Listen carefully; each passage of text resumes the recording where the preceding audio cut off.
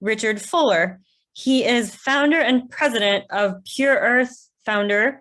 He is best known for his work in global pollution and remediation, global pollution remediation, and to rally attention to the underreported issue of pollution and its impacts on poor communities worldwide. So fantastic work with Pure Earth. Welcome, Richard, and take it away.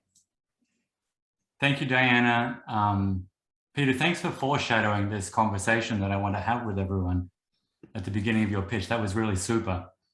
And what I'd like to do is just spend 10 or 12 minutes educating you about an issue that perhaps you don't know as much as you thought you did. But it's also something that even affects our own lives here and has problems for our own kids. What's also interesting about this particular issue is that there's an enormous investment opportunity for social venture capital to come in to do something about this issue. So I want to talk about all of those things, but I'll give you a little bit of a background about me first. I'm first and foremost a businessman with a focus on sustainability. I started a recycling and waste management advisory consultancy 35 years ago. It's called Great Forest, and it's now the largest of its kind here in the US, and we look after Apple and Citibank, Google, all of the big players, helping them to manage their waste in a sustainable fashion and produce the right kind of metrics. So all of these conversations around metrics are things that I'm very, very familiar with and very interested in. Once that business was flourishing, about 20 years ago, so I started a nonprofit, Pure Earth, that Diana introduced me as the focus on. And we have been working in low and middle income countries on different kinds of pollution. And we've had some really good success. We created the largest global database, for example, of toxic sites in the world. We released the Lancet Commission on Pollution and Health, which is really the seminal document on how much pollution impacts the world. And Lancet is the leading medical journal globally.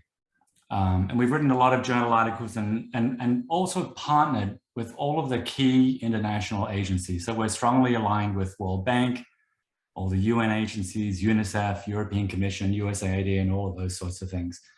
Plus, we're also partnering with a lot of corporate world as well. We have a terrific partnership with the largest battery manufacturer in the world, Clarios. We work with Tiffany, Trafigura, many industry associations, and the rest of it.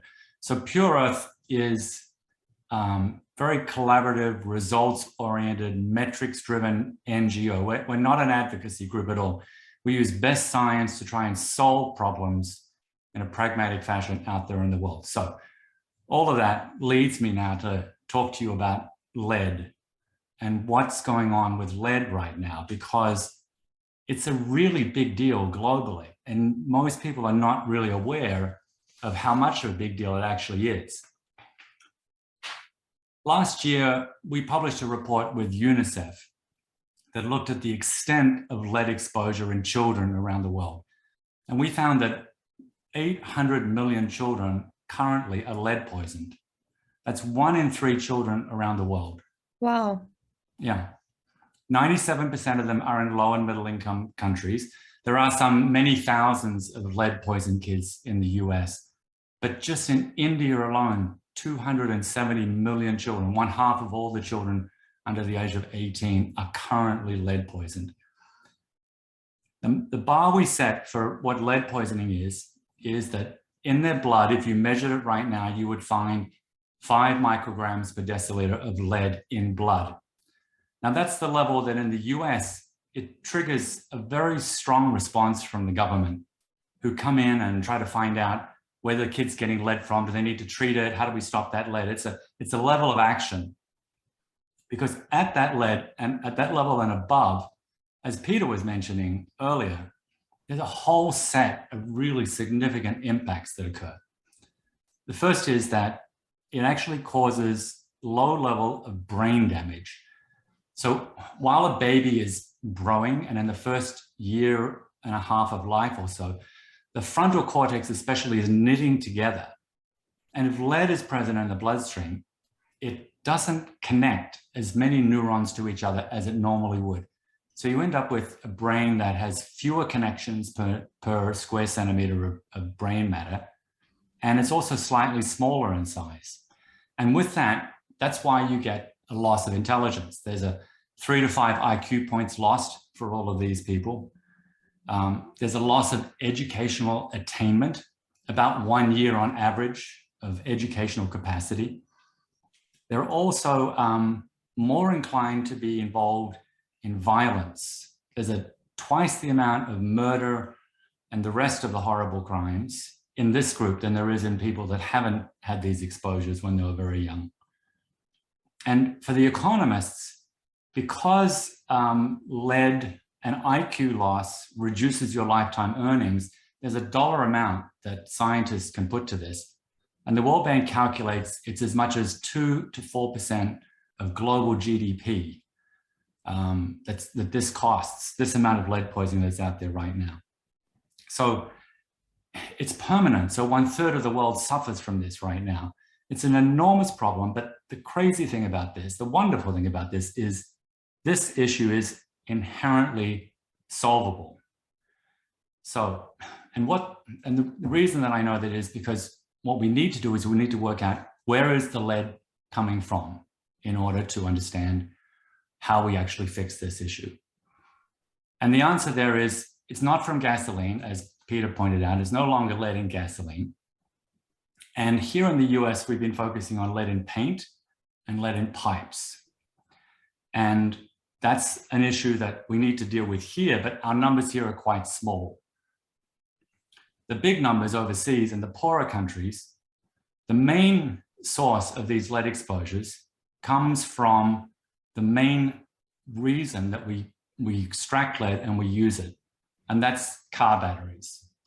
Let me just put a couple of quick slides up on the screen for you. First of all, these are the countries that have the worst amount of lead exposure out there. The redder they are, the higher their average blood level is. India's average blood level is around 7 micrograms on average, and so on. But let me show you what happens with car batteries. First of all, car batteries, lead acid batteries, are the most common energy storage device in the world. They store more energy than all of the lithium devices do right now. Now, the lithium is growing and will overtake, but even every electric vehicle still has one lead acid battery in it. And that market will continue to grow, not at the same rate as lithium, but it's not going to take away, as lithium grows, it's not going to take away from lead acid. It's not going to be supplanted by it. We're going to have them forever. The problem with this product is how it's recycled. In the West, very well capitalized facilities are recycling these batteries in clean technologies, and there's no releases to the environment, and we have no issues here. In low and middle income countries, more than 70% of the time, they're recycled in places like this. In backyards, these women are breaking open the batteries, the acid is poured out onto the ground. They'll strip out the innards, the plates, the plastic things, all the rest of it. They're all getting lots of toxic materials on their clothes, which they'll take home to their kids. And the materials that they're pulling out then get put into some kind of a melting device, something that can melt all of that material inside, so they can collect the lead, the metallic lead, and then sell it as a commodity. So it's a business that has zero cost of entry, that can make money off a scrap battery and turn it back into lead and resell it back into the market. But what it does is, as you can see here with this picture, it releases a huge plume of toxic fumes, which is all lead dust, into the air.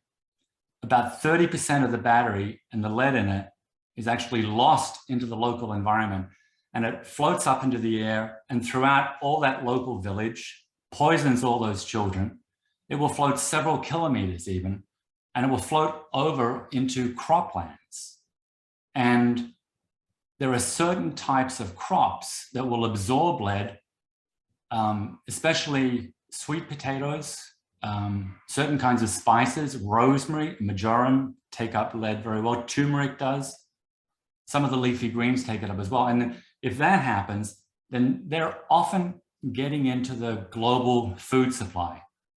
And those toxic contaminated materials are very rarely tested. Only a small amount of imports are actually tested. And Consumer Reports, for example, found lead in spices in US supermarkets at significant levels for brand names, for McCormick, for Whole Foods recently. So this battery recycling problem is impacting us here in the West as well. So, and there's a lot of kids overseas. It's these kids directly overseas that worry me most.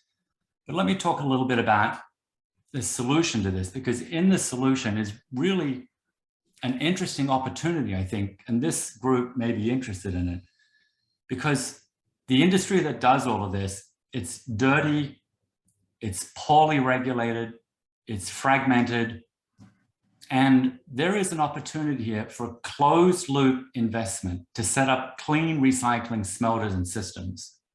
You know, an investment in each locality of $2 to $20 million for a quality, well-managed recycling smelter. Other investments into newer tech to be able to recycle these materials in a cleaner way. These are likely to be extremely profitable ventures that can stop all this backyard work. They need to be done in conjunction with a lot of action on government to make sure that the backyard materials stop happening. But that also looks to be a moment in time that is possible, because we've been working at Pure Earth now for 20 years. We're working in India and Bangladesh, Mexico, Ghana, all over, helping with these particular problems and working with governments.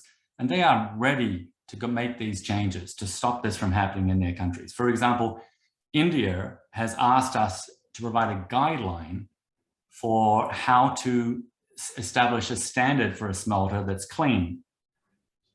In Ghana, we've helped the government to establish models for economic incentives so that batteries go to the clean recycling industry. In Bangladesh, we're helping set up new regulations. So it's really an appropriate time for people to actually take advantage of this. And I think if you go in and look at that investment, it also sets the framework to be able to get into the next big driver in recycling, which is the lithium batteries themselves. If you've got a quality lead acid battery recycling plant, it's going to be the next step will be to turn it over to lithium. This is fantastic. I think we have time for about 2 questions. And we have one from someone in the construction industry. How effective do you feel the lead remediation programs have been? For example, paint, toys, etc. And could you expand on lead remediation in the first place? With pleasure. So domestically, there's been an enormous amount of success in taking lead out of home stock and taking lead paint off of walls. There's still a lot more to do, but the number of houses that have lead paint in them is reducing substantially, and it's been a great success. Internationally, there's been no effort to do any of that work anywhere. And as I say, it's not the lead in paint that's an issue. Most of these countries don't have a lot of leaded paint. Instead, the issues are around these contaminated sites from battery recycling are the main source of lead there. And there's a great amount of work to do there. This is a very important topic. I have one other thought that I wanted to throw out to the group, because there's a lot of people who do ratings in this group as well. And there's a need here for there to be some kind of a rating system for companies that are big users of batteries. I think this would be another interesting thing that we can help people to look at. You know, the car companies, telecom, fleet owners, they have a very large lead footprint, and a lot of it in low and middle income countries. They ought to know how their vendors are making use of their batteries, whether they're disposing them in clean facilities or not. And we want to help to establish some kind of a metric that could be adopted by CDP or one of the other groups that could help people to understand what their lead footprint is and how they can improve it and drive batteries into these cleaner recycling facilities. So I'm curious if there's anyone interested in that. We want to coordinate too. Yeah, please reach out or say your name in the chat if you're involved in that. Now, the next question would be, how much of this type of low-tech approach to recycling is done in Central and South America, which is where the US gets a lot of its food supply? Yes, great question. It varies substantially from country to country. Mexico has only a little bit of this because they have managed to formalize their industry quite well. But as we move down the archipelago, further down into Central America, a lot of countries have hundreds of these kind of problems going on. Colombia has quite a number of informal recyclers like this. About 30% of their lead is informally recycled. And country to country, it varies as you look at it. But it's rare that a country has been able to formalize the industry, bring it all to a clean, proper level of technology. Mostly they're in bad shape. Mm-hmm. And now finally, how would the concept of a circular economy be used in order to not produce vehicles that pollute? Yeah, that's an interesting question. I think the issue on circularity in this is that in the US and in Europe, car batteries are recycled in very well-capitalized facilities. And in fact, 99.7% of a car battery is well recycled right now. Those numbers obviously don't work in other countries. But this is one of the best examples of circularity, is the lead acid battery recycling industry itself. So, if that's the model that we want to get to, we have to make sure it applies globally in order to be sure that we're doing the right thing. Excellent. Well, thank you so much.